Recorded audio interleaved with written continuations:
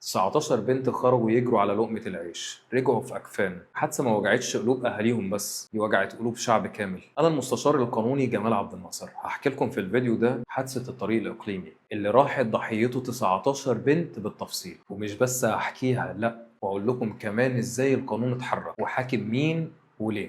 22 بنت أكبرهم 22 سنة خرجوا من بيوتهم الساعة 7 الصبح على أمل إن هم يرجعوا بيومية 130 جنيه اللي تساعد بيها أهلها تكمل جهازها واللي تجيب حاجة نفسها فيها. بس اللي ما عملوش حسابه إن الطريق الإقليمي كان مخبي ليهم كارثة. الطريق كان هادي لحد ما وصلوا القرية تبع المركز أشمون. على الطريق الإقليمي هناك طلع لهم الموت في صورة تريلا ماشي عكس الاتجاه. سواق التريلا اللي ما كانش في قلبه ذرة رحمة ما كانش بس ماشي عكس الطريق، لا ده كمان التحاليل اللي اتعملت له في المعمل الجنائي اثبتت ان كان متعاطي للحشيش ومادة الايس المخدرة. وكأنه ما اكتفاش بكل ده، لان النيابة اثبتت كمان ان مفيش معاه رخصة تخليه يسوق النوع ده من العربيات. التحقيقات اللي عملتها النيابة اثبتت ان الخطأ الكامل كان على سواق التريلا، بمعنى ان مفيش اي عوامل تساعد على وقوع الحادثة، زي مثلا اهمال الطريق. الحادثة كلها حصلت لانه كان تحت تأثير المخدرات. النيابة اسندت له 4 تهم واضحين زي وضوح الشمس: القتل الخطأ، السير عكس الاتجاه، القيادة تحت تأثير المخدر، إحداث تلفيات لممتلكات الطريق وبعربية ناس تانية بسبب إهماله الكبير. والنيابة ما اكتفتش بمعاقبة سواق التريلا بس، لا هي كمان وجهت لمالك التريلا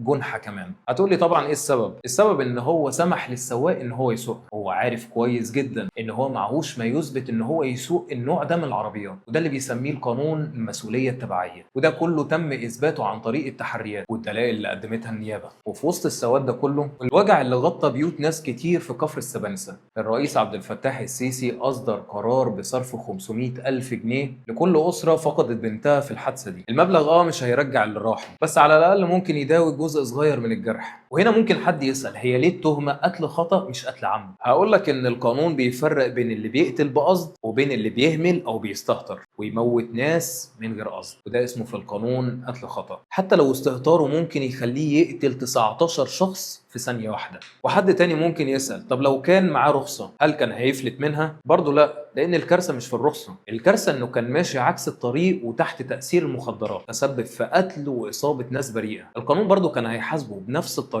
في الآخر حابب أقول لك إن القانون ما سابش حق اللي ماتوا ولا حتى اللي ساب حد غير مؤهل تماما إن هو يسوق النوع ده من العربيات. ولازم نفتكر دايما إن السواقة إنك مش بس مسؤول عن حماية العربية، لا، السواقة إنك تكون مسؤول عن أرواح الناس اللي بيكونوا ماشيين في الشوارع، علشان ممكن في لحظة شقلب حياتهم من ضحك وأمل لأكفان وجنازات. فحافظ على ضميرك قبل ما تفكر إنك تسوق، وخليك عارف دايما إن القانون موجود عشان يحمي الضعيف قبل القوي وياخد حق اللي ما يقدرش ياخده بإيده. وفي النهاية ربنا يرحم كل بنت راحت، يصبر قلوب أهاليهم.